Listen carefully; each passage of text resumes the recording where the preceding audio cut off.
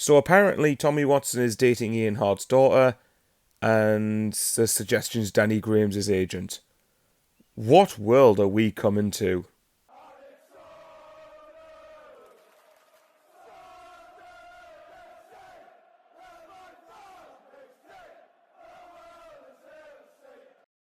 Sorry guys if I look like utter death here. I do a couple of evening shifts during the week, one of which was last night.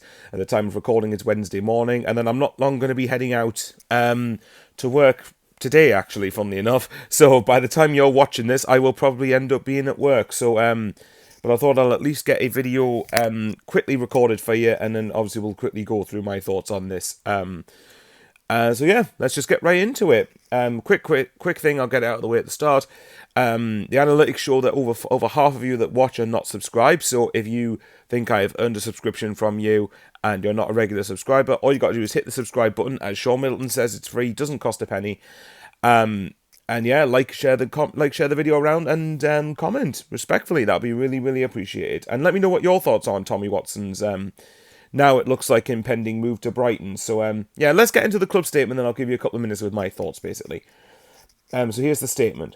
Sunderland AFC have reached an agreement with Brighton and Hove Albion for Tommy Watson to join the Seagulls in June 2025. The 18-year-old will spend the remainder of the season at the Stadium of Light before completing a move to the Annex Stadium for a significant undisclosed fee. Watson has made 14 senior appearances this campaign and scored twice, whilst registering 5 goals and 3 assists in 6 Premier League 2 outings.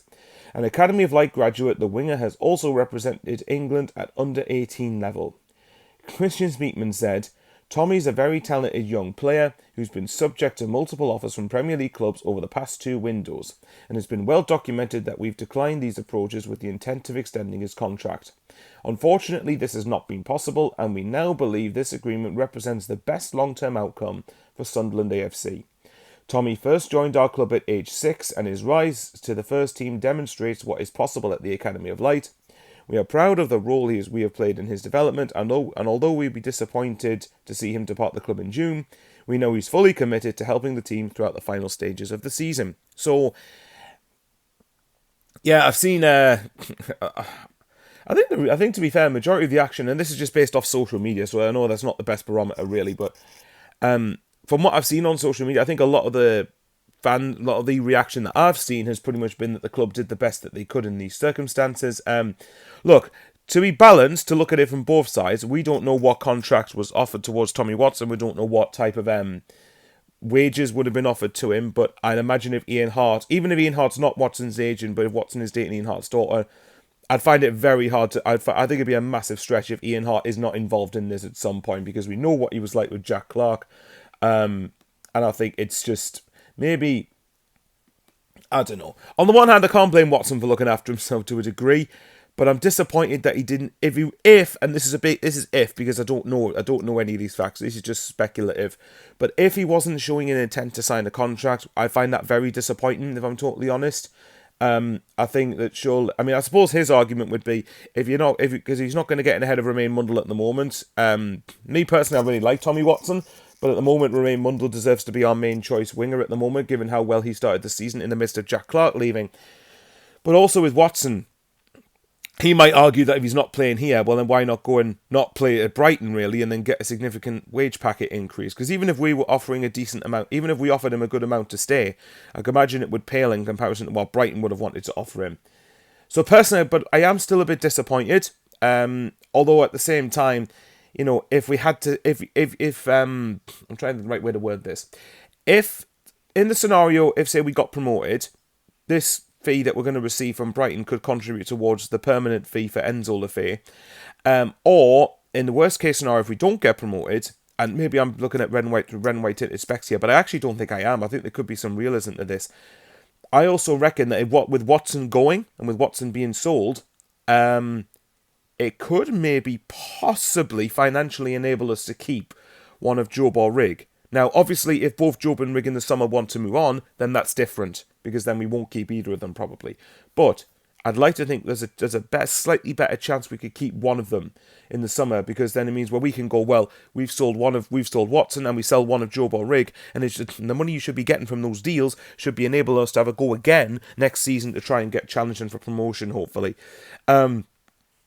Quickly, as for whether I would use Watson for the rest of the season, I've seen a few people, I've spoke to Graham Falk about this, you know, and it's interesting because I've seen I've seen other people saying that, you know, don't use him for the rest of the season.